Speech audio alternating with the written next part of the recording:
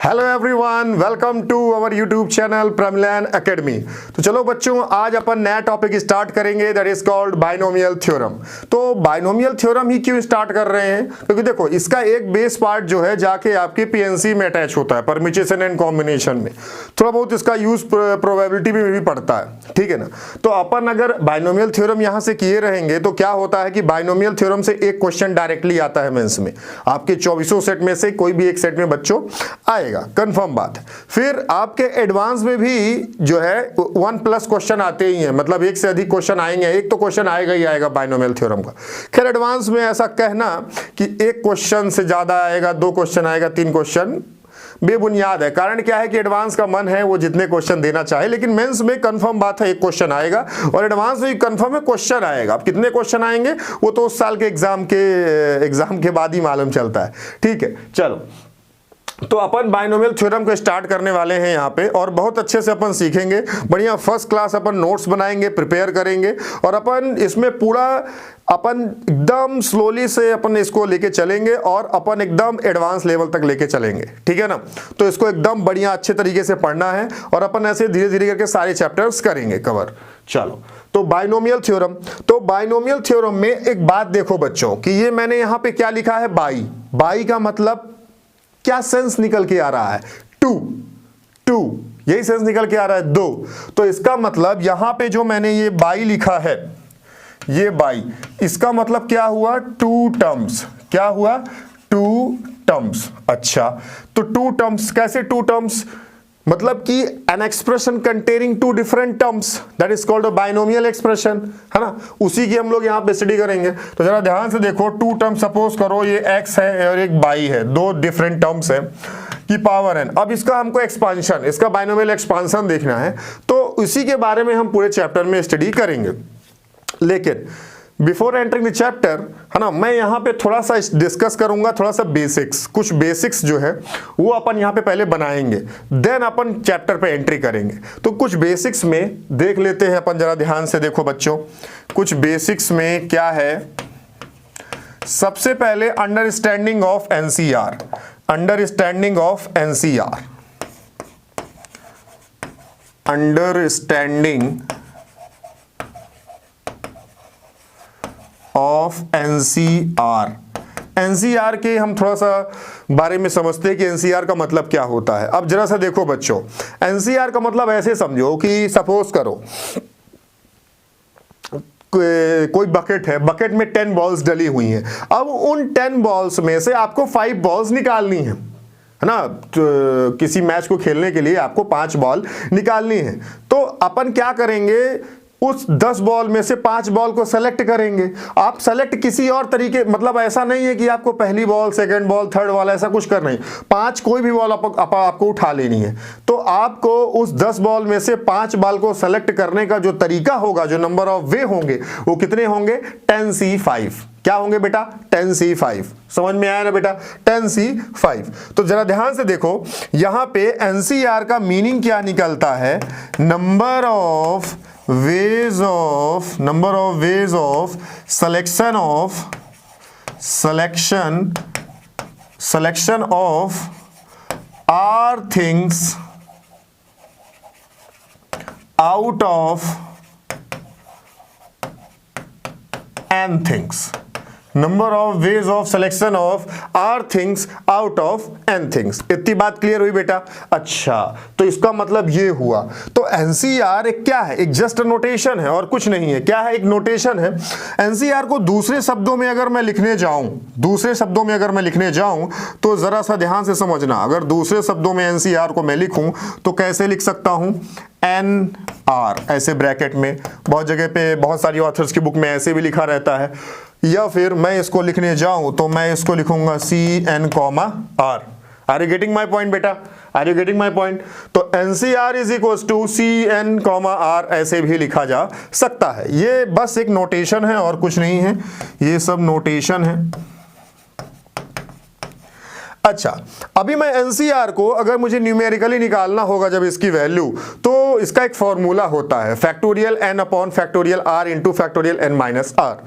मैं अभी लिखाऊंगा वो फॉर्मूला, लेकिन यहां पे मैंने भी एक वर्ड बोला फैक्टोरियल। तो ये फैक्टोरियल क्या होता है इसके बारे में थोड़ा सा हम अपन ध्यान में देखते हैं। जरा ध्यान से देखो, ये अपन यहां से स्प्लिट कर देते हैं ताकि अच्छे से समझ में आए। ओके चलो, तो अब जरा ध्यान से देखो, अपन किसकी बात करते हैं? फैक्टोरियल की। किसकी? फैक्टोरियल की। थोड़ा सा फैक्टोरियल के बारे में अपन देखते हैं।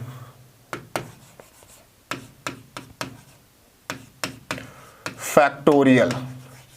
अब फैक्टोरियल का मतलब कैसे हुआ, क्या हुआ, क्यों हुआ, जरा ध्यान से देखते हैं। जैसे मैंने बोला फैक्टोरियल n, तो फैक्टोरियल n को लिख कैसे सकते हैं? इसके दो तरीके होंगे बेटा। फैक्टोरियल n को लिखने के दो तरीके होंगे। कैसे? फैक्टोरियल n और n फैक्टोरियल सॉरी। तो इसको दो तरीके से अपन लिख सकते हैं, फैक्टोरियल n या n फैक्टोरियल। इसका मतलब क्या होता है? Consecutive multiplication of natural numbers in descending order. Are you getting my point बेटा? तो ध्यान से सुनो, फैक्टोरियल n का मतलब क्या होगा? n into n minus 1 n minus 2 up to 3 into 2 into 1। Are you getting my point बेटा? तो ऐसे लिखेंगे। अच्छा, मतलब ये क्या है? कंसेक्यूटिव मल्टीप्लिकेशन है। अगर मैं इसको फैक्टोरियल n को चाहूं, फैक्टोरियल n को चाहूं तो मैं कैसे लिख सकता हूं? n into factorial n minus 1। बोलो बेटा, समझ में आया कि नहीं? क्यों मैंने n फैक्टोरियल n माइनस 1 लिख दिया? क्योंकि इसके बाद तो फिर कंसेक्यूटिव मल्टीप्लिकेशन ही है ना उसके नंबर्स का, बस डिक्रीजिंग एक एक नंबर छोड़ के कंसेक्यूटिव मल्टीप्लिकेशन है। ठीक है, और मैं चाहूं तो n माइनस 1 को भी बाहर निकाल दूंगा, तो अंदर क्या बचेगा बेटा? n माइनस 2 बचेगा बेटा। बात क्लियर हुई ना बेटा? चलो, तो ध्यान से सुनो, ये बातें तो चलो ठीक है अपन समझते चलेंगे, इसमें कुछ इसमें बड़ी बातें नहीं हैं। n माइनस 2 भी बाहर निकाल लो तो अंदर बचेगा n माइनस 3। ऐसा मैं कोई एक वैल्यू लेके लेता हूं, कोई एक न्यूमेरिकल वैल्यू लेता हूं और फिर मैं उसको सॉल्व करके आपको बताता हूं। जैसे सपोज करो 5c3 कहीं पे दिया हुआ है, 5c3। तो 5c3 तो चलो मान लो अभी हम निकालेंगे उससे। अपन सिंपल से पहले हम लोग फैक्टोरियल में देखते हैं। सपोज करो अगर मान लो फैक्टोरियल 5 दिया हुआ है, फैक्टोरियल 5 दिया हुआ है, तो फैक्टोरियल 5 को कैसे निकालेंगे बेटा? कैसे निकालेंगे? देखो, जैसे मैंने बताया consecutive multiplication of in decreasing order, तो 5 इंटू 4 इंटू 3 इंटू 2 इंटू 1। 5 4 जा 20, 3 जा 60, 2 जा 120। तो फैक्टोरियल 5 कितना हुआ बच्चों? 120 हुआ। सिंपल है, कोई इसमें बड़ा नहीं है, कोई इसमें बड़ी बात नहीं है। तो चलो देख लेते हैं कुछ और। जैसे फैक्टोरियल 0 है, ये पहले से एक्सेप्टेड वैल्यू है। फैक्टोरियल 0 1 होता है ना? So don't be confuse. Factorial 1 भी 1 होता है। अच्छा, फैक्टोरियल 2 कितना होता है? 2 इंटू 1, 2 इंटू 1 क्या होता है? 2 होता है। फैक्टोरियल 3 कितना होगा? 6 होगा। 3 इंटू 2 इंटू 1 6 हो जाएगा बच्चों। अच्छा, फैक्टोरियल 4 कितना हो जाएगा? 4 3 जा 12, 2 जा 24। फैक्टोरियल 5 कितना हो जाएगा? 120। फैक्टोरियल 6 कितना हो जाएगा? 120 into 6 means that 720। 6 into 5 into 4 into 3 into 2, है ना? तो ऐसे इसका फैक्टोरियल अपन निकालते हैं। बहुत सिंपल है, इसमें इतना ज़्यादा मशक्कत करने की आवश्यकता नहीं है, अपन सिंपल तरीके से समझ सकते हैं। ठीक है, चलो, तो अब अगर अपन बात करें थोड़ा सा और आगे कुछ चीज़ों पे, जरा सा ध्यान से देखो। मैं बोलता हूँ चलो निकालो फैक्टोरियल -3। फैक्टोरियल -3। फैक्टोरियल -3 कैसे निकालेंगे भाई? नहीं निकालेंगे। क्यों? क्योंकि ये अनडिफाइन होता है। क्या होता है? अनडिफाइन। अच्छा, ये अनडिफाइन होता है। अच्छा, तो अपन अगर फैक्टोरियल 7/3 निकालें, 7/3 मतलब फ्रैक्शन में है, ये भी अनडिफाइन होगा। कभी भी फ्रैक्शन में नहीं निकालेंगे अपन, अनडिफाइन ही होगा। यहां पे जो n होता है वो होल नंबर ही होगा, इस बात का ध्यान रखना है अपन को। n belongs to whole number, है ना? n belongs to whole number, यहां पे इस बात का ध्यान रखना है जब भी फैक्टोरियल निकालना। तो ये अनडिफाइन हो जाएगा -∞। अच्छा, तो अगर यहीं पे मैं दोबारा से एक बात पूछूं कि 1 फैक्टोरियल -3, इसका मतलब क्या होगा? 1 फैक्टोरियल -3 इसका मतलब क्या होगा? इसका मतलब कुछ भी नहीं होगा, 1/∞। 1 upon infinity is equal to 0, 1 upon infinity is equal to 0, यहां पे इसका मतलब ये होगा। अच्छा, तो ये हुआ फैक्टोरियल का मतलब। तो अच्छा सर, जो फॉर्मूला आप बता रहे थे एनसीआर का, उसको लिखिए। तो चलो देखो उसको लिखते हैं। NCR is equal to factorial N upon factorial R into factorial N minus R. ये फॉर्मूला होता है और ये इंपॉर्टेंट है, ये आपको नॉर्मली तो याद ही रखना है क्योंकि इसका यूज है। बाकी अपन निकालेंगे नहीं हर बार, इससे अपन थोड़ा सा शॉर्टकट तरीका देखेंगे, लेकिन ये अपन को याद रहना चाहिए क्योंकि बहुत जगह पे इसका इंपॉर्टेंस है। चलो तो बात करते हैं थोड़ा सा और भी चीजों के बारे में। तो अपन अभी क्या समझे, फैक्टोरियल एनसीआर का अपन फॉर्मूला देखे, factorial N upon factorial R into factorial N minus R. अब मैं अगर एक वैल्यू निकालता हूं, सपोज करो अगर ऐसा हम लोग को दिया हुआ है 10c3, इसको निकालना है तो कैसे निकालेंगे, factorial 10 upon factorial 3 into factorial 10 minus 3। इसका मतलब कितना हो गया, factorial 10 upon factorial 3 into factorial 7। अब देखो इसको काटने का अपन इसको कैंसिल कैसे करेंगे, देखो जरा ध्यान से।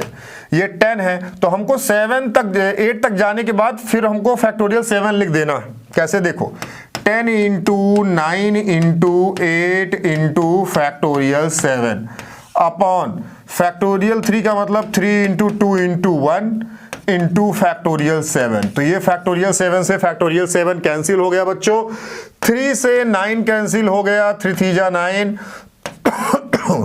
सॉरी, और 8 से 4, तो ये हो गया 4 3 जा 12, 10 जा 120, ये 120 आ गया। तो ये तो अपन फॉर्मूले से अपन इसको निकाले, लेकिन बच्चों फॉर्मूले बस से हमको काम नहीं चलाना है, क्योंकि हमको डायरेक्ट हमको पता होना चाहिए शॉर्टकट मेथड, क्योंकि एक्सपेंशन जब करोगे तो हर बार तो अपन फॉर्मूले में रख के निकालेंगे नहीं बेटा, इस तरह टाइम टेकिंग प्रोसेस है, तो अपन को थोड़ा सा शॉर्टकट प्रोसेस भी पता होनी चाहिए। देखो जैसे अगर मान लो मैंने 10c3 बोला, 10c3 बोला, तो 10c3 को अपन कैसे लिखेंगे बच्चों, जरा ध्यान से समझना। 10c3 है तो यहां पे r की जगह क्या है, यहां पे c की जगह NCR, r की जगह पे 3 है, मतलब हमको ऊपर वाले को n को 3 टर्म्स तक, कंसेक्यूटिव टर्म्स तक लिखना है। मतलब कैसे, 10 के बाद 9 इंटू 8 अपॉन, और 3 को 1 तक लेके जाना है, 3 इंटू 2 इंटू 1, तो ये 3 3 जा 9, 2 4 जा 8, 4 3 जा 12, 120। इसमें एक आध दो स्टेप लगेंगे और आपको ये फॉर्मूला याद रखना पड़ेगा। इसमें आपको डायरेक्टली इसको याद रखने की जरूरत नहीं है, सिंपल तरीके से अपन चीजों को फॉलो करेंगे और आगे बढ़ जाएंगे। बात क्लियर हुई ना बेटा? चलो, तो ये सब तो फैक्टोरियल, एनसीआर, इन सब चीजों के बारे में अपन अभी तक देख रहे थे। मैं थोड़ा सा 10c3 को एक बार फिर से लिखता हूं। ये 10c3 का मतलब क्या हुआ बेटा, number of ways of selection of three things out of 10 things। तो अगर 3 चीजों को चूज करना है 10 चीजों में से, तो जो चूज करने का तरीका होगा वो 10c3 हुआ। तो इसका एक और सेंस निकल रहा है बच्चों, क्या निकल रहा है, अगर 3 सेलेक्ट करना है तो 7 तो रिजेक्ट कर रहे हैं ना। अगर 10 में से 3 हमको सेलेक्ट करना है तो 7 हम रिजेक्ट कर रहे हैं, तो 10 में से 7 को रिजेक्ट करने का तरीका ध्यान से समझना है ना। Rejection of 7 things out of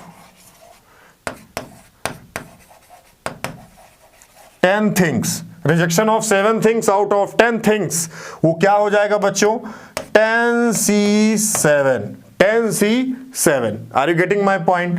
तो इसका मतलब क्या हुआ कि 10c7 की इक्वल है, हाँ इक्वल है, तो इससे एक फॉर्मूला जनरेट हो जाएगा। क्या फॉर्मूला जनरेट हो जाएगा कि NCR कहीं लिखा है तो इसका मतलब NCN-R। बिल्कुल बच्चों बोल सकते हैं।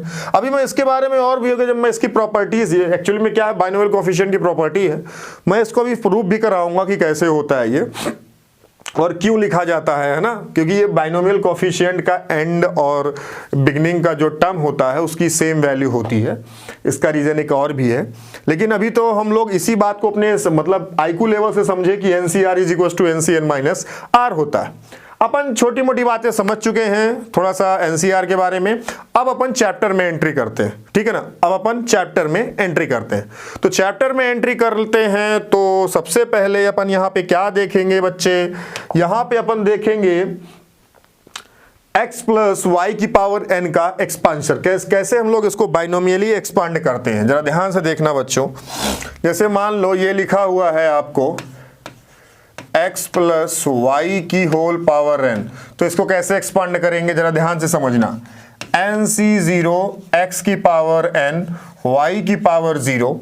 यहां पे क्या होगा कि x की जो पहली वाली टर्म है उसकी जो पावर है घटते घटते 0 हो जाएगी, और इसकी पावर जो y है इसकी पावर 0 से स्टार्ट होगी और इसकी फाइनल पावर तक पहुंचेगी, मतलब इंक्रीज करेगी। तो जरा ध्यान से देखना बच्चों, NC0 x की पावर n y की पावर 0 प्लस NC1 x की पावर n-1 y की पावर 1 प्लस NC2 x की पावर n-2 y की पावर 2 प्लस NC3 x की पावर n-3 y की पावर 3। ऐसे करते करते एक बीच में कोई जनरल टर्म मिलेगी हमको, NCR x की पावर n-r y की पावर r, और ऐसे करते हुए हम अपने लास्ट टर्म तक पहुंचेंगे, दैट इज NCN x की पावर n-n y की पावर n। देखो n-n 0 हो गया x की पावर, और ये y की पावर n हो गया, ठीक है ना। चलो तो अब जरा ध्यान से समझो इस बारे में, इससे कुछ हम लोग आउटपुट निकालते हैं। ये 1 से लेके n तक कितनी टर्म हुई बेटा, n टर्म्स, 1 से लेके n तक। एक और टर्म है तो n total number of terms कितनी हो गई, n+1 टर्म्स। तो यहां से हम लोग कुछ कंक्लूजन निकालते हैं। तो कंक्लूजन क्या निकला बच्चों कि टोटल नंबर ऑफ टर्म्स क्या हुई, total number of terms, total number of terms बच्चों क्या हुई, n+1। n+1 total number of terms कितनी हुई बच्चों, n+1। अच्छा है, बहुत अच्छा है। तो ये n+1 हुई टोटल नंबर ऑफ टर्म्स। अब अगर यहां पे अगर हम देखें तो इसकी जनरल टर्म की बात करता हूं मैं थोड़ा सा, जनरल टर्म की। किसकी बात बच्चों, जनरल टर्म, जनरल टर्म की बात करते हैं। तो इसकी जनरल टर्म क्या होगी, जनरल टर्म यही होगी जो अपन यहां पे लिखे थे, NCR x की पावर n-r y की पावर r, NCR x की पावर n-r y की पावर r। अच्छा, मतलब ये ऐसा है, NCR x की पावर n-r y की पावर r, मतलब ब्रह्मास्त्र यही है। हाँ, ये ब्रह्मास्त्र है। क्यों ब्रह्मास्त्र है, क्योंकि हमको बार बार पूरा एक्सपांशन लिखने की जरूरत नहीं पड़ेगी, इसके थ्रू ही बहुत सारी चीजों को अपन कंक्लूड कर पाएंगे बहुत इजी वे में। ठीक है, चलो तो ये हो गया। अच्छा एक बात बताओ, ये r है और ये 1 है, 1 से r तक कितनी टर्म्स हुई, r टर्म्स हुई, प्लस एक ये टर्म है, तो r+1 total number of terms कितनी हुई, 0 से लेके r तक में r+1 टर्म्स। तो इसको हम लोग एक और शब्द में क्या लिखेंगे, tr+1, इसी फॉर्म में लिखा जाएगा, tr+1। ठीक है।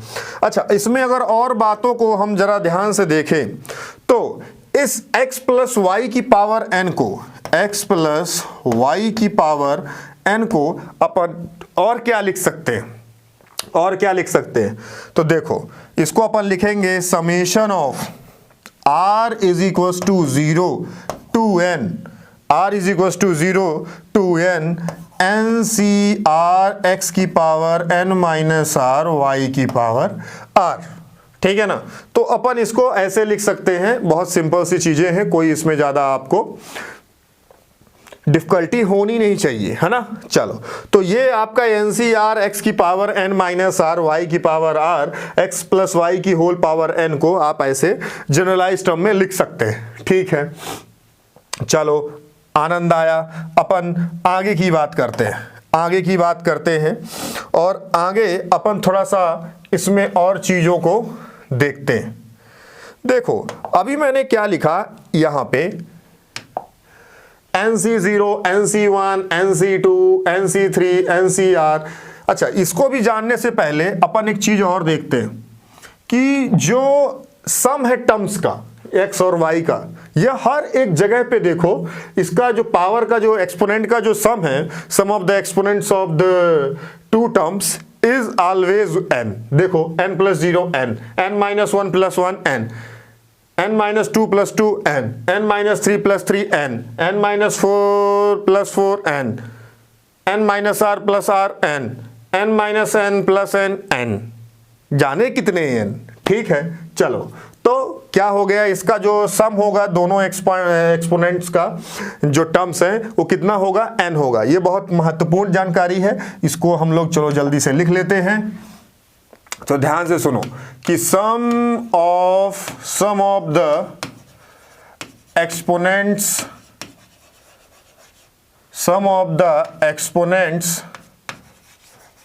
Of two terms is always n। वो हमेशा n होगा, वो हमेशा n होगा, ठीक है ना। चलो, अपन एक बात और करते हैं, ये NC0, ये NC0, NC1, NC2, ये सब क्या है, ये है क्या, नथिंग, जस्ट बाइनोमियल कोफिशिएंट। ये क्या होता है, यही होता है बाइनोमियल कोफिशिएंट। अपन इसी की आगे प्रॉपर्टी अभी देखेंगे, ठीक है। NC0, NC1, NC2, NC3, NC4 up to NCn, ये बाइनोमियल कोफिशिएंट होते हैं और कुछ नहीं, ठीक है ना। अच्छा, जरा यहाँ पे और भी चीज़ों को जरा ध्यान से अपन देखें तो एक बात बताओ, जो बाइनोमियल कोफिशिएंट होता है, binomial coefficient from beginning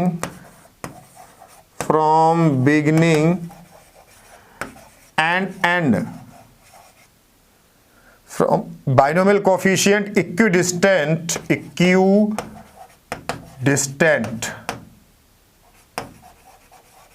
from beginning and end has same value,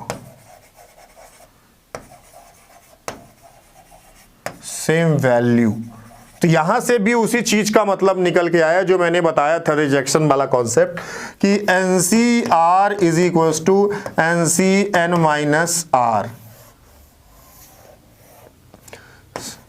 आप देख भी सकते हैं यहां से चाहे तो, जैसे सपोज करो ये NC0 है, ये पहली टर्म है, तो इसकी जो लास्ट टर्म है NCn है। अगर तुम NC0 को कैसे लिखोगे, NCn माइनस 0, तो वो NCn ही हो गया ना। अब जैसे तुम्हारा ये लिखा हुआ है NC1, तो इसको कैसे लिखोगे, इसके जस्ट पहले वाली टर्म क्या रही होगी, NCn माइनस 1, तो वही बनेगा NCn माइनस 1। तो मतलब जो बिगिनिंग और एंड से है, इस कॉन्सेप्ट से भी आप समझ सकते हैं कि बिगिनिंग और एंड के जो भी बाइनोमियल कोफिशिएंट होंगे वो इक्विडिस्टेंट होंगे, सेम डिस्टेंस पे होंगे, ठीक है ना। इतनी बात अपन को क्लियर हो चुकी है एकदम, है ना, इस पे कोई अपन को टेंशन नहीं है। अब अपन आगे बात करते हैं, इसके हम प्रॉपर्टीज पे एंट्री करते हैं, किसके, बाइनोमियल कोफिशिएंट्स के। तो चलो बच्चों, तो अपन स्टार्ट कर रहे हैं बाइनोमियल कोफिशिएंट्स की प्रॉपर्टी, ठीक है। तो बाइनोमियल कोफिशिएंट्स की अगर प्रॉपर्टी अपन देखें,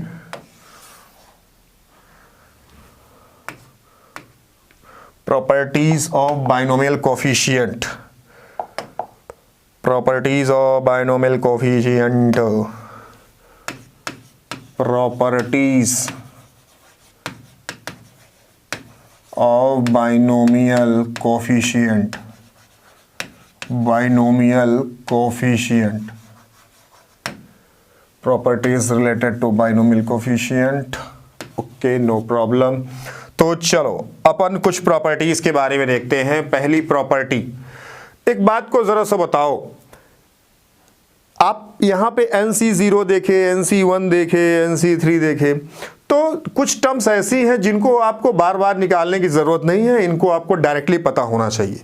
मैं उस टर्म के बारे में बात करता हूँ पॉइंट नंबर 1 पे। जैसे कि NC0 लिखा है, NC0 को अगर निकालने जाओगे तो तुम्हारा factorial n upon factorial 0 factorial n minus 0, factorial n cut जाएगा, 1 अपॉन फैक्टोरियल 0 मीन्स 1। तो ये कितना हो जाएगा बच्चों, ये आपका 1। तो NC0 1 हो गया। यहीं पे अगर NC1 निकालने गए, NC1, तो ये कितना हो जाएगा, factorial n upon factorial 1 upon factorial n minus 1।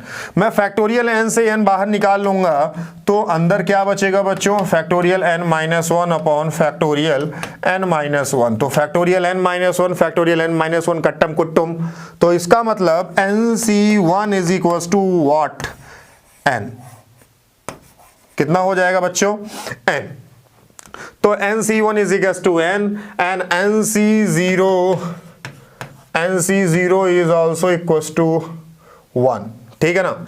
NC0 अपन 1 होगा और NC1 n, ठीक है। अच्छा NCn कितना होगा फिर, NCn भी दुखी ना हो जाए, उसके बारे में भी थोड़ा सा पता कर लेते हैं। तो एक बात बताओ, ये फैक्टोरियल n है, ये फैक्टोरियल n है और ये फैक्टोरियल n माइनस n है। तो ये तो 0 हो गया तो 1 हो जाएगा और ये एक से कट्टम कुट्टुम तो 1। तो NCn का मतलब भी 1 ही होता है। अब कैसे यूज होगा, जैसे मान लो कहीं भी बोल दिया 8C0 की वैल्यू 1, कुछ भी हो, है ना, बस 0 नीचे होना चाहिए यार पे। यहाँ पे n है, जैसे मान लो बोल दिया 9C1, तो 9C1 का मतलब डायरेक्ट आंसर 9, 8C1 तो डायरेक्ट आंसर 8। तो यहाँ पे आपको बहुत मदद करेगा, ये समझ में आया कि नहीं, वहां पे आपको बहुत मदद करेगा। चलो तो अपन यहाँ पे बात करते हैं कुछ और कॉन्सेप्ट की, जरा ध्यान से देखना। ये पॉइंट नंबर 1 हुआ। पॉइंट नंबर 2 की बात करते हैं। अगर सपोज करो बच्चों, if NCA is equal to NCB दिया हुआ है कहीं पे, तो इसका सेंस क्या निकलता है, NCA is equal to NCB का इसका सेंस निकलता है then NCA is equal to NCB अगर लिखा है तो इसका सेंस क्या निकलेगा बच्चों कि A plus B is equal to N होना चाहिए। ACB मतलब A plus B is equal to N होना चाहिए। कैसे, जैसे मैंने अभी यहां पे लिखा था बच्चों 10C3 is equal to 10C7। मैंने अभी रिकॉल करा रहा हूं, फिर से इस बात को मैं रिकॉल करा रहा हूं कि 10C3 is equal to 10C7, ऐसे मैंने लिखा था। तो अगर यहां पे NCA is equal to NCB, उसी प्रकार से 10C3 is equal to 10C7 लिखा है, अगर लिखा है तो इसका मतलब इसका सम n के इक्वल होगा, मतलब 3 + 7 इज इक्वल टू 10। तो मतलब ये ट्रू है। अगर ये n के इक्वल नहीं आया तो फिर ऐसा पॉसिबल नहीं है, ऐसा अपन कर नहीं सकते, ठीक है ना। चलो तो अपन बात करते हैं नेक्स्ट प्रॉपर्टी की। नेक्स्ट प्रॉपर्टी क्या है, ये अपन कर देते हैं यहाँ पे स्प्लिट। अब अपन बात करते हैं नेक्स्ट प्रॉपर्टी की। तो देखो अपन अभी यहाँ पे थर्ड नंबर अपन देखते हैं, जरा ध्यान से देखो। ये क्या लिखा हुआ है, NCR is equal to NCN minus R। ये भी मैंने अभी बताया NCR is equal to NCN minus R। इसको प्रूफ कर लेते हैं, इसका प्रूफ देख लेते हैं। मतलब इसको मैं 3-4 तरीके से बता रहा हूं, आपको जोन से तरीका अच्छा लगे। अभी मैंने 2-3 तरीका बताया, एक रिजेक्शन वाला बताया है ना, और अभी मैंने एक और तरीका बताया ये NCR is equal to NCN minus R लिखने का, कि जो आपका एंडिंग और बिगनिंग की टर्म्स होती हैं वो इक्विडिस्टेंट होती हैं, है ना। वो जो इक्विडिस्टेंट होती हैं वो सेम वैल्यूज देती हैं। Binomial coefficients of ending and beginning terms has same value, ठीक है। अपन अगर इसमें बात करें NCR is equal to NCN minus R, यहां से भी अपन इसको प्रूफ कर सकते हैं बहुत आसानी से। जरा ध्यान से देखना, अगर मैं RHS लेता हूं तो NCN माइनस R, तो इसको कैसे लिखेंगे, factorial n upon factorial n minus R into factorial n minus R minus n, ठीक है ना। तो इसको चाहे तो अपन ऐसे लिख सकते हैं, देखो जरा ध्यान से, n minus n plus R। तो ये minus minus minus plus cut गया, तो फैक्टोरियल आर बचा जो कि एनसीआर के इक्वल होता है। Factorial N upon factorial R into factorial N minus R, it is also equal to NCR. Means that ये प्रूफ हो चुका कि NCR is equal to NCN minus R होता है। लेकिन आपको डायरेक्ट याद रखना है, प्रूफ मैं बस आपकी सहूलियत के लिए बता देता हूं, बाकी प्रूफ इज नथिंग। आपको डायरेक्टली इसकी प्रॉपर्टी यूज करनी होगी, वहां पे आपको प्रूफ नहीं मांगेगा। Are getting my? एनसीआर हो गया, ठीक है ना। अपन इसमें फोर्थ प्रॉपर्टी की बात करते हैं। यहाँ पे फोर्थ प्रॉपर्टी की बात करते हैं। फोर्थ प्रॉपर्टी बहुत इंपॉर्टेंट प्रॉपर्टी है, आपको डायरेक्टली पता होना चाहिए। NCR प्लस NCR माइनस 1, अगर ऐसा कहीं पे लिखा है तो डायरेक्टली जो ये n है दोनों में सेम है, और जो ये एक r है उससे छोटी वैल्यू दूसरी है, तो अपन को डायरेक्टली याद रखना है कि n प्लस 1 C जो बड़ी वाली वैल्यू नीचे है r। तो ये तो डायरेक्टली याद रहना चाहिए n प्लस 1 CR। लेकिन इसका प्रूफ अपन थोड़ा सा देख लेते हैं। इसका प्रूफ क्या बोलता है, जरा ध्यान से देखो। ये क्या लिखा हुआ है बच्चों, NCR प्लस NCR माइनस 1। तो अपन इसको करते हैं, ध्यान से देखो। NCR को क्या लिखोगे, factorial n upon factorial r factorial n minus r, plus इसको क्या लिखोगे, factorial n upon factorial r minus 1। यहां पे क्या लिखोगे, factorial n minus r plus 1। अब जरा ध्यान से देखो बच्चों, ये फैक्टोरियल n है, ये इसको अपन कुछ नहीं करेंगे, दोनों जगह सेम सेम है। हम लोग कुछ नीचे ऐसी वैल्यू बनाएंगे कुछ कॉमन बाहर निकल आए। तो क्या बनाएंगे, जरा ध्यान से देखो। ये फैक्टोरियल n है तो लिखा रहने देते हैं। मैं देख पा रहा हूं कि इधर फैक्टोरियल r माइनस 1 है, अगर मैं यहां से r बाहर निकाल लूं तो ये भी फैक्टोरियल r माइनस 1 बन जाएगा। अच्छा, ये फैक्टोरियल n माइनस r है ही। अच्छा, plus factorial n upon factorial r minus 1। यहां से भी मुझे मालूम चल रहा है कि ये एक टर्म हो, जैसे कि n माइनस आर प्लस 1, तो प्लस 1 तो अगर मैं यहां से n माइनस आर प्लस 1 बाहर निकाल लूं तो अंदर सिर्फ क्या बचेगा, n माइनस आर। फैक्टोरियल में यही होगा ना, क्योंकि अपन ने क्या किया, n माइनस आर प्लस 1 बाहर निकाल लिया। तो यहां से मैंने क्या किया कि n माइनस आर प्लस 1 बाहर निकाल लिया, तो अंदर क्या बचा, फैक्टोरियल n माइनस आर। इतनी बात क्लियर बच्चों। तो ये हुआ, तो यहां से अपन कॉमन निकाल लेते हैं, तो फैक्टोरियल n अपॉन यहां से factorial r minus 1 factorial n minus r। तो अंदर क्या बचा बच्चों, 1 अपॉन r प्लस ये n minus are plus 1 upon n minus are plus 1। इतना हुआ, ठीक है। तो अपन चलो इसको नेक्स्ट पेज पे करते हैं।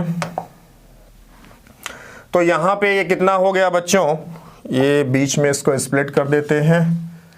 चलो, तो यहां पे जरा ध्यान से देखो कि factorial n upon factorial r minus 1 into factorial n minus r into 1 upon r plus 1 upon n minus r plus 1, ये ऐसा था।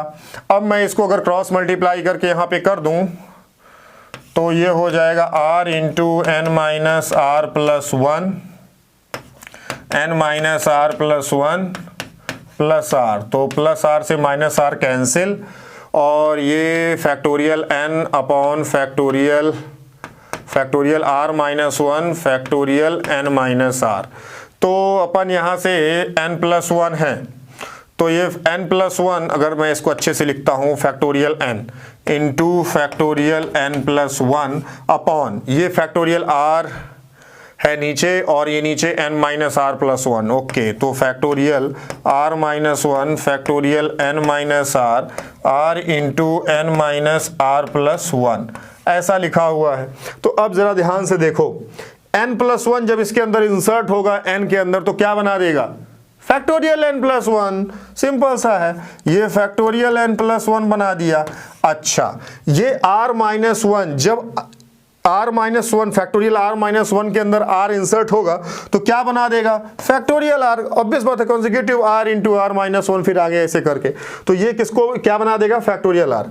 और ये फैक्टोरियल एन माइनस आर है, और ये N minus are plus one है।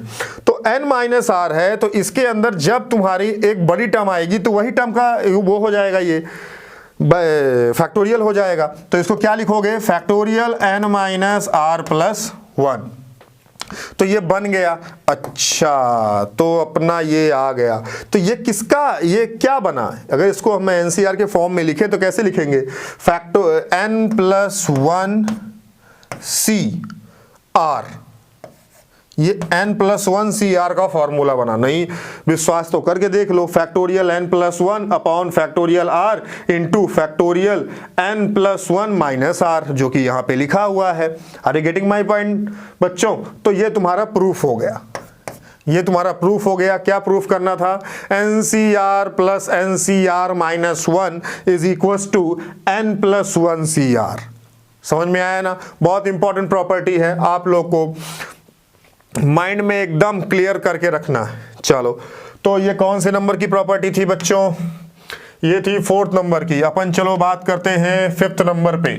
5th नंबर पे क्या बोलता है, अगर मान लो ये N C R upon N C R minus one, मतलब क्या, ऊपर जो भी दिया हुआ है आर में उससे जस्ट छोटा, उससे मतलब एक छोटा r minus one N C R. तो इसको अगर करना है आपको तो डायरेक्टली याद रखना है, बाकी मैं प्रूफ भी बताता हूं। डायरेक्टली कैसे याद रखोगे, देखो N C R minus one अगर ऐसा दे दिया तो ये r डायरेक्टली डिनोमिनेटर में आके गिर जाएगा, और ये r माइनस वन एन से माइनस हो जाएगा।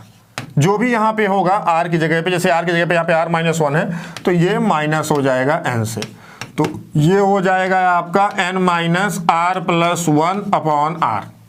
मैं आज भी याद नहीं करता हूं इसको ऐसे कि n minus are plus one by R, क्योंकि बहुत बार जब वैल्यू आएगी तो हम लोग डायरेक्टली फंस जाएंगे वहां पे क्या होता है, बहुत कंफ्यूजन होता है। तो इसीलिए बहुत एकदम मक्खन तरीके से आप लोग कर पाएंगे अगर इतना याद रखेंगे कि ये r नीचे चला गया, और ये जो नीचे इधर लिखा हुआ है r की जगह पे, चाहे जो भी हो, जैसे यहाँ पे r माइनस वन है तो ये ऊपर जाएगा तो n से माइनस हो जाएगा। Are you getting my point बेटा? बहुत अच्छे। तो n minus are plus one upon R, तो इसको प्रूफ करते हैं। चलो इसका प्रूफ देख लेते हैं इस प्रॉपर्टी का। तो इसका प्रूफ देखो जरा ध्यान से, ये एनसीआर लिखा हुआ है, तो एनसीआर को क्या लिखेंगे, factorial n upon factorial r factorial n minus R into, ये नीचे लिखा हुआ है तो इसको factorial r minus one into factorial n minus are plus one upon factorial n। ठीक बात, इतनी बात क्लियर। यहीं से फैक्टोरियल n को कट्टम कुट्टम कर देते हैं, और ये r माइनस वन है तो ये कटना चाहिए नीचे, तो नीचे कैसे r माइनस वन फैक्टोरियल बन जाए, ऑब्वियस बात है, यहाँ से r कॉमन निकाल लें। यहाँ पे n minus are plus one है तो यहाँ से n minus are plus one common निकालेंगे तो फैक्टोरियल n माइनस आर से कट जाएगा। Very simple. तो ये फैक्टोरियल r माइनस वन है into n minus are plus one into ये फैक्टोरियल n माइनस आर, यहां से मैंने n minus are plus one common ले लिया, अपॉन ये फैक्टोरियल r है और ये फैक्टोरियल n माइनस आर था। तो मैं क्या करता हूं, यहां से r को कॉमन लेना है मुझको, ओके नो प्रॉब्लम। तो यहां से मैंने r को बाहर निकाल लिया और r माइनस वन रहने दिया, r माइनस वन फैक्टोरियल रहने दिया, और यहां से ये factorial n minus r as it is लिख दिया। तो बस क्या, कट्टम कुट्टुम, फैक्टोरियल r माइनस वन कट्टम कुट्टुम फैक्टोरियल n माइनस आर कट्टम कुट्टुम। तो कितना बचा बच्चों, जरा ध्यान से देखो, n minus are plus one upon r. ये हमारा सिंपली प्रूफ हो गया। लेकिन अपन प्रूफ याद नहीं रखेंगे, प्रूफ याद रखेंगे नहीं, ये जस्ट आप लोग को समझाने के तरीके से मैंने प्रूफ बता दिया है, बाकी प्रूफ नहीं। अपन डायरेक्टली इसको याद रखेंगे, NCR upon NCR minus one is equal to, जो यहाँ पे r है वो डायरेक्टली डिनोमिनेटर में आएगा, और जो ये r जो भी यहाँ पे लिखा हुआ, जैसे r माइनस वन ही लिखा हुआ है, जो भी लिखा है वो डायरेक्टली n से जाके माइनस हो जाएगा। ये आपको डायरेक्टली याद रखना है, बहुत मक्खन तरीके से कर लोगे इसको। समझ में आया बच्चों? चलो तो बात करते हैं थोड़ा सा नेक्स्ट प्रॉपर्टी के बारे में। ठीक है, चलो देखते हैं। देखो तो प्रॉपर्टी नंबर 6, प्रॉपर्टी नंबर 6 के बारे में अगर ध्यान से देखें तो प्रॉपर्टी देखो, जरा ध्यान से समझो इस बात को कि अगर कहीं पे ऐसा दिया हुआ है बच्चों तुम लोगों को कि NCR, और मैं इसको चाहूं तो कुछ ऐसे लिख सकता हूं N/R, मैंने N और R कॉमन निकाल लिया। ये कहने का तरीका, बाकी कॉमन नहीं निकलेगा ऐसे, मतलब ऐसे समझना है कि N/R है ना, और ये तुम्हारा एक कम हो गया N-1 CR-1। फिर मैंने क्या किया, और इसको दूसरे तरीके से लिख सकते हो कि यहां से तुम N-1 भी बाहर निकाल लिए और R-1 भी बाहर निकाल लिए, तो अंदर क्या बचा, एक कम और हो जाएगा N-2 CR-2 and so on. ऐसे ऐसे चलते चलेंगे आगे, जितना इसको इक्वल में लिख सकते हो तो लिख लो। इसको सिंपली समझेंगे कैसे, प्रूफ कैसे समझेंगे, जरा ध्यान से देखना। इसका प्रूफ ध्यान से देखना। अगर सपोज करो यहां पे NCR को मैं ऐसे लिखता हूं factorial N upon factorial R into factorial N-R। ठीक, इतना मैंने लिखा। अब मैं क्या करता हूं, यहां से N को बाहर निकालता हूं, तो ये फैक्टोरियल N-1 हो गया। यहां से R को बाहर निकालता हूं तो ये फैक्टोरियल R-1 हो गया। बाकी फैक्टोरियल N-R तो लिखा ही रहने देंगे। तो ये तो यहां से क्या हो गया, ये तुम्हारा factorial N-1 upon factorial R-1 into factorial N-R, ये क्या हो गया, ये N-1 CR-1 हुआ। तो ये हो गया N/R कॉमन बाहर निकाल लिए, और ये factorial N-1 factorial R- upon factorial R-1 into factorial N-R, तो ये तुम्हारा क्या हो गया बच्चों, it is nothing N-1 CR-1। Likewise ये सारे प्रूफ जिसके और आगे करते चलोगे वैल्यू, तो और ऐसे ही वैल्यू मिलती चलेगी। तो इतना बात क्लियर हुआ ना बेटा, इतनी बात एकदम चकाचक तरीके से क्लियर है। तो अपन बात करते हैं थोड़ा सा क्वेश्चंस पे। ठीक है, तो अपन थोड़ा सा क्वेश्चंस पे बात करेंगे, थोड़ा बेसिक क्वेश्चंस लेंगे ताकि थोड़ा क्लियरिटी आए जितना भी मैंने अभी बताया है। फिर अपन नेक्स्ट टॉपिक पे एंटर करेंगे, बाइनोमियल कोएफिशिएंट्स के बारे में और भी अच्छे से समझेंगे, पास्कल ट्रायंगल के बारे में देखेंगे, देन उसके बारे में और आगे चीजों के बारे में देखेंगे कि मिडिल टर्म कैसे निकालते हैं और ऑल थिंग्स समझ में आया। चलो 12CR is equal to 12CR plus 2 then find 7CR। तो कुछ नहीं है बेटा, इसमें इस क्वेश्चन का मतलब ये हुआ कि अगर मान लो तुमको ऐसा दिया हुआ है 12CR is equal to 12CR plus 2, ये तुमको दिया है, पूछा है तुमसे 7CR, तो 7CR कैसे निकाल पाएंगे, जब R की वैल्यू पता होगी तभी निकाल पाएंगे। तो जरा ध्यान से देखो कि 7CR plus 2 12CR is equal to 12CR plus 2 दिखा हुआ है। मैं इसको चाहूं तो कुछ ऐसे लिख सकता हूं क्या, इस 12CR प्लस 2 को by property NCR is equal to NCN-R। तो मैं इसको लिख सकता हूं 12C माइनस R प्लस 2। ठीक है, तो अगर मैं यहां से देखूं तो ये कितना हो गया, 12CR is equal to 12 minus 2 10 minus R।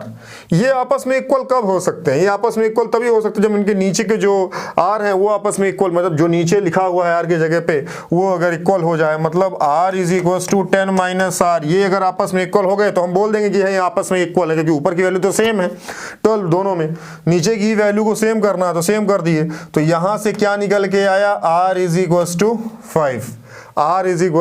5। अच्छा, R इज इक्वल टू 5 निकल के आ गया, R इज इक्वल टू 5 निकल के आ गया तो अपन इसमें पुट कर देंगे, निकाल लेंगे, तो 7C5। तो अब 7C5 निकालने मत जाना, यहाँ पे भी फॉर्मूला वही लगाना, कौन सा, NCR is equal to NCN-R। 7C5 निकालने का मतलब वो 7C7 माइनस 5, मतलब ये 7C2 पूछ रहा है। क्या पूछ रहा है, 7C2। अच्छा 7C2 पूछ रहा है तो इसका मतलब क्या हुआ, 7 को 2 टर्म्स तक ले जाना है, 7 इंटू 6 और ये 2 इंटू 1, तो 2 3 जा, मतलब 21, मतलब कितना आया 21। तो ठीक है ना, इसमें कोई इतना ज़्यादा बड़ा रॉकेट साइंस नहीं था, बहुत सिंपल तरीके से क्वेश्चन इसके हो जाते हैं, बेसिक्स भी, बड़े क्वेश्चन भी, जैसे भी क्वेश्चंस हो। देखो, find the seventh term of the 4x/5 - 5/2x की होल पावर 9, ऐसा दिया हुआ है। इसमें इसकी सेवेंथ टर्म पूछा है। तो सबसे पहले मैंने क्या बताया कि जैसे मैंने एक्सपांशन किया था तो मैंने क्या निकाला था, जनरल टर्म। मैंने बोला था कि ये ब्रह्मास्त्र है। ब्रह्मास्त्र कैसे है, जरा ध्यान से देखो। मैं इसका जनरल टर्म निकालता हूं, जनरल टर्म इसका निकालता हूं मैं। जनरल टर्म मतलब TR+1 मैंने निकालता हूं पहले। सबसे पहले TR+1 निकालता हूं मैं, जनरल टर्म। TR+1 कितना हो जाएगा बेटा ना। TR+ होता क्या है, NCR, x की पावर n - r, y की पावर r। तो n की जगह कितना दिया हुआ है, 9 दिया हुआ है, 9CR। ठीक, x की पावर n - r, x पहली टर्म, तो ये पहली टर्म क्या दी हुई है, 4x/5, 4x/5, इसकी होल पावर n - r मतलब 9 - r, n की जगह 9 लिख रहे हैं क्योंकि 9 दिया हुआ है n की जगह, इनटू y की पावर r, तो y क्या दिया हुआ है, -5/2x की whole power r। Okay, no problem, ठीक है। अच्छा, जरा ध्यान से देखो इस बात को कि हमसे पूछा क्या है, सेवेंथ टर्म। क्या पूछा है, सेवेंथ टर्म। सेवेंथ टर्म तो T7 को अगर हमको TR+1 के फॉर्म में लिखना है तो कैसे लिखेंगे, T6+1। तो R क्या निकल के आया यहां से, 6।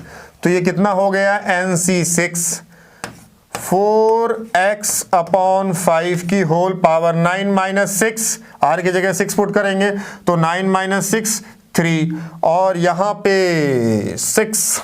Okay, no problem. तो -5/2x की होल पावर, r की जगह क्या पुट करेंगे यहाँ पे, 6, क्योंकि r हमारा क्या है, 6 है। इतनी बात क्लियर है बेटा। अच्छा, अगर इतनी बात क्लियर है तो 9C6 को मैं क्या लिख सकता हूं, मैं कुछ नहीं लिख सकता इसको, बस 9C3 लिख सकता हूं और इसका आंसर लिख सकता हूं।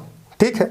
अच्छा, यहां पे मैं 4/5 को बाहर कर देता हूं की होल पावर 3, और ये x की पावर 3, और यहां से ये बताओ, ये पावर इवन है 6, तो ये माइनस तो प्लस ही हो जाएगा, और ये 5/2 की होल पावर 6, और ये 1/x की पावर 6, मतलब x की पावर -6।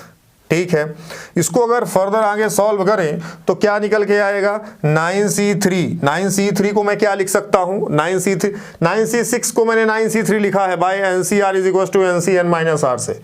तो 9C3 को मैं क्या लिखूंगा, 9 × 8 × 7, 3 टर्म्स तक लेके जाएंगे कम करते हुए, 3 × 2 × 1, इसका हो गया। 4/5 है तो इसको मैं 4/5 नॉर्मली लिख देता हूं, और यहां पे 5 की पावर 3 और ये 5 की पावर 6, तो 5 की पावर 3 5 की पावर 6 को काटेगा तो ऊपर 5 की पावर 3 बचेगा। ठीक है, तो ये 4 की पावर 3 हो गया, इंटू 4 की पावर 3 इंटू यहां पे ऊपर 5 की पावर 3, 5 की पावर 3, नीचे 2 की पावर 6, नीचे 2 की power 6। Okay, no problem. x की पावर 3 और x की पावर -6, x की पावर -3, तो ये x की पावर -3 आ गया। अच्छा, तो अब मैं यहां से इसको लिख देता हूं, कट्टम कुट्टुम कर देता हूं। 2 की पावर 6, 2 × 2 = 4, 2 × 8, 2 × 16, 2 × 32, 64। तो ये 64 हो गया, ये 64, 4 × 4 = 16, 4 × 64, ये कट गया, नो प्रॉब्लम। 3 × 3 = 9, 2 × 4 = 8, तो 4 × 3 = 12, 7 × 84, 84, 5 × 5 = 125, 5 × 5 = 25, 5 × 125, 125 इंटू x की पावर -3 है तो इसको x की अपॉन में x की पावर 3। तो ये आ गया है आपका seventh term of the 4x/5 - 5/2x की होल पावर 9 का आंसर। समझ में आया ना, बहुत सिंपल है, बस कैलकुलेशन पे अपन को पकड़ बना के रखनी पड़ेगी थोड़ा थोड़ा, बाकी चीजें अपने आप आती जाएंगी। नेक्स्ट क्वेश्चन कंप्यूटर स्क्रीन पे आपके सामने है। ठीक है, find the coefficient of x की पावर -17 इन x की पावर 4 माइनस 1 अपॉन x की पावर 3 की होल पावर 15। इसमें हमको x की पावर -17, तो इसमें भी पहले हम लोग क्या निकालेंगे, इसका जनरल टर्म। मैंने बताया ना जनरल टर्म ब्रह्मास्त्र की तरह काम करेगा अभी। तो चलो जरा ध्यान से देखो, जल्दी से करते हैं और जल्दी से करके इसका आंसर लेके आते हैं। मैं इसको स्प्लिट कर देता हूं तो जगह बच जाएगी। ओके, x की पावर 4 माइनस 1 अपॉन x की पावर 3 की होल पावर 15, तो इसका जनरल टर्म निकालते हैं। जनरल टर्म, इसका जनरल टर्म निकालें अगर TR+1, इसका TR+1 निकालते हैं। इसका TR+1 क्या निकलेगा बच्चों, 15CR x की पावर 4 है जो पहला टर्म है, वो क्या हो जाएगा n-r, मतलब 15 - r, और ये y है तो ये -1 अपॉन x की पावर 3 की होल पावर r। इतना बात क्लियर है, चलो अच्छी बात है। अच्छा, -1 की पावर r, इसको भी देखेंगे अपन अभी अच्छे से। चलो ये जनरल टर्म निकल के आ गई। अपन को निकालना क्या है, x की पावर -17। तो थोड़ा सा अपन x को यहाँ पे क्लियरली तरीके से लिख लेते हैं। तो कैसे लिखेंगे, ये 15CR है, ये x की पावर ये हो जाएगा 60 माइनस r, 5 4 जा 60 and -4r। Okay, no problem. अच्छा, ये -1 की पावर r और x की पावर -3r, x की पावर -3r, इतना क्लियर। तो ये x की पावर और ये x की पावर आपस में जुड़ जाएंगी जब, तो ये 15CR x की पावर 60 - 7r और ये -1 की पावर r। इतना बात क्लियर। अपन को x की किस पावर का कोफिशिएंट चाहिए, -17 की पावर का अपन को कोफिशिएंट चाहिए, x की -17 पावर का कोफिशिएंट। तो चलो देख लेते हैं x की पावर -17 का कोफिशिएंट कितना आएगा। नॉट अ बाइनोमियल कोफिशिएंट, सिर्फ कोफिशिएंट बोला है। बाइनोमियल कोफिशिएंट बोलता तो क्या बोलते, NC0 NC1 NC2, इसकी वैल्यू डायरेक्ट है ना, ऐसा सिर्फ इतनी वैल्यू, बाकी वो कोफिशिएंट की बात बोल रहा है तो ओवरऑल जो भी वैल्यू निकल के आएगी। तो 60 - 7r को हम क्या इक्वेट कर देते हैं, -17 से। हाँ, -17 से इसको इक्वेट कर देते हैं तो अपन का आंसर आ जाएगा। तो देखो जरा ध्यान से, अगर मैं 60 - 17r को 7r को 60 - 7r को मैं डायरेक्टली लिख देता हूं किसके इक्वल, -17 के, तो कोई दिक्कत तो नहीं, कोई दिक्कत नहीं। लेकिन यहां से एक बात हमको समझनी पड़ेगी। क्या बात है वो, जरा ध्यान से देखो। ये 60 - 7r लिखा हुआ है और ये x की पावर -17 है। यहां से अगर मैं इसको अगर इक्वल लिखूंगा तो ये तुम्हारा ये माइनस उधर जाएगा और ये प्लस इधर आएगा, तो ये 60 + 17 और ये तुम्हारा 7r, ठीक है। तो ये 77 = 7r, तो ये तुम्हारा कितना हो गया बच्चे, r = 11।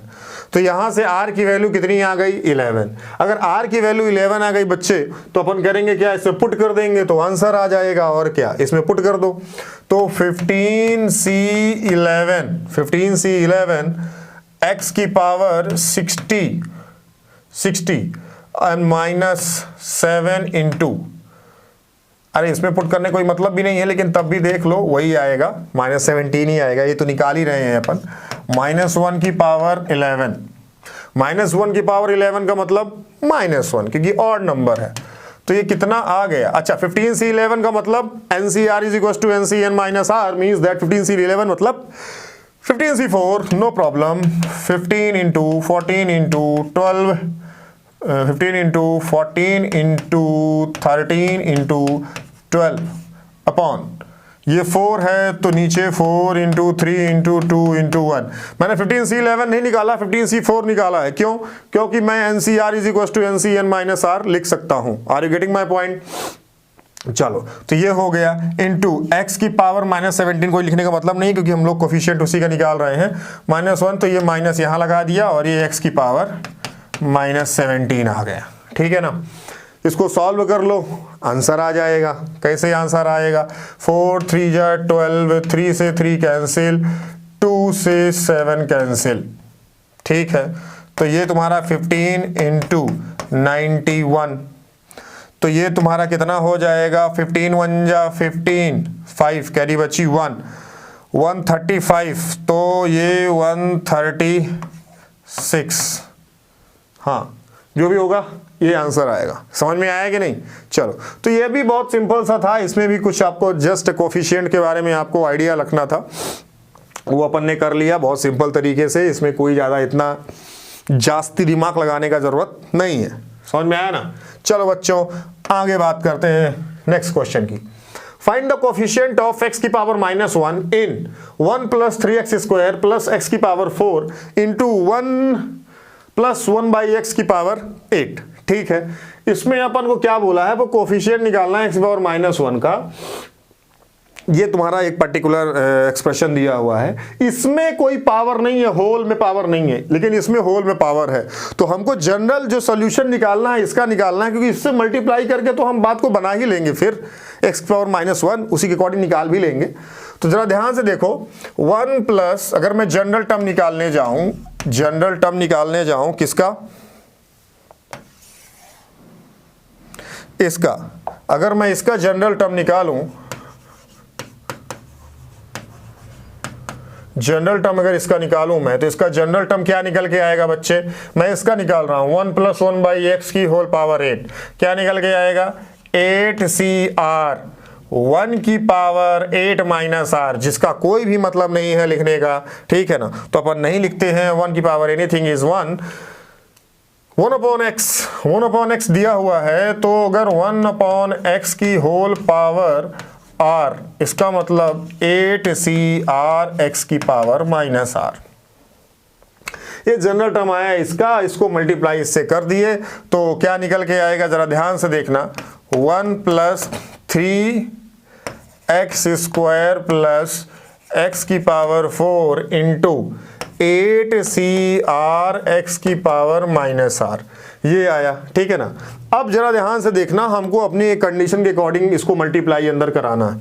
हम लोग सबसे पहली बार अंदर मल्टीप्लाई कराएंगे तो ये सब में मल्टीप्लाई होगा। तो जब इससे मल्टीप्लाई होगा 1 से, जब ये 1 से मल्टीप्लाई होगा, 1 से मल्टीप्लाई होगा, तो जरा ध्यान से समझना, जब ये 1 से मल्टीप्लाई होगा 8CR इंटू x की पावर -R, तो क्या हम r की जगह लेंगे? -1 आ जाए, 1 r की जगह 1 लेंगे। तो जब इससे मल्टीप्लाई करेंगे तो 1 इंटू 8C1 x की पावर -1, यहां पे हमको कंडीशन देखते हुए रखना है वैल्यूज को r की। 8CR x की पावर -R जब इससे मल्टीप्लाई होगा 3x² से, ये 3x² से जब मल्टीप्लाई होगा, हम 8CR x की पावर -R, तो r की वैल्यू क्या लें? तो अगर ये 2 है तो यहां पे -3 + 2 -1, मतलब हमको -3 लेना पड़ेगा, सॉरी यहां पे 3 लेना पड़ेगा, r की जगह क्या लेना पड़ेगा? 3। तो 8C3x की पावर -3, तभी तो -3 + 2 -1 होगा, तभी तो -1 होगा x की पावर -1 जो हमको चाहिए कोफिशिएंट, प्लस x की पावर 4 पूछ रहा है, x की पावर 4 बोला है, तो यहां पे क्या होना चाहिए? यहां पे r की जगह पे क्या होना चाहिए? 5 होगा, क्योंकि 5 होगा तो -5 + 4 -1, तो यहां पे 8C5 x की पावर 4 इंटू x की पावर -5, x की पावर -5 इसका, और x की पावर 4 यहाँ पे जो था। तो ये अपन सिंपल, ये मैंने नॉर्मली आप लोगों को, अभी बिगनिंग है तो अभी मैं इसमें आपको एक एक पॉइंट लिख के बता रहा हूँ। बाद में अपन को डायरेक्टली x लिखने की जरूरत नहीं होती, डायरेक्टली कोफिशिएंट लिखो और सम करो, कोई दिक्कत नहीं। तो x की पावर -1 देखो, x की पावर 2 x की पावर -3 -1, x की पावर 4 x की पावर -5 -1, x की पावर -1 बाहर निकाल लेते हैं, अंदर क्या क्या बचेगा जरा ध्यान से देखो, 8C1 + 3 into 8C3 into 8c3 plus 8c5 और बाहर x की पावर -1। जरा ध्यान से देखो 8c1 मैंने अभी बताया था फॉर्मूला आपको प्रॉपर्टी में nc1 n, तो 8c1 8 प्लस 3 इंटू 8 तीन टर्म्स तक जाएगा, r इज इक्वल टू 3 है, यहाँ पे 8c3 है, तो 8 इंटू 7 इंटू 6 अपॉन 3 इंटू 2 बोलता है, जरा ध्यान से सुनना, under root x upon 3 plus under root 3 upon 2x की होल पावर 10। अच्छा, पिछले वाले में आप लोग सोल्यूशन देख ही लिए होंगे, वहीं बस आपको वैल्यू लिखनी थी, उसको सोल्यूशन के बाद वो क्लिप कट गई होगी तो आपको सोल्यूशन लिखना था, ठीक है। चलो, उसमें कुछ नहीं था, सिर्फ आपको कैलकुलेट करना था और कुछ नहीं। तो under root x by 3 plus under root 3 by 2x की होल पावर 10, ये लिया लिखा हुआ है। इसमें पूछा है कि टर्म इंडिपेंडेंट ऑफ x, तो इंडिपेंडेंट ऑफ x का मतलब क्या हुआ, x की पावर 0 का कोफिशिएंट पूछ रहा है। चलो, तो ध्यान से देखो, यहां से मैं इसका tr+1 निकालता हूं। क्या निकालता हूं? tr+1 निकालता हूं। यहां से मैं इसका tr+1 निकालता हूं, tr+1 निकालता हूं, तो इसका tr+1 निकालूंगा तो क्या निकलेगा, 10cr, ये तुम्हारा x बाई 3 की whole power 1/2 and this is the 10 minus r means that 5 minus r/2, और ये स्क्वायर होगा यहाँ पे, हाँ, तो अंडर रूट 3/2x स्क्वायर की होल पावर 10। तो यहाँ से अगर मैं निकालने जाऊँ इसको तो कैसे निकालूंगा, 3/2x स्क्वायर की होल पावर 1/2 मीन्स दैट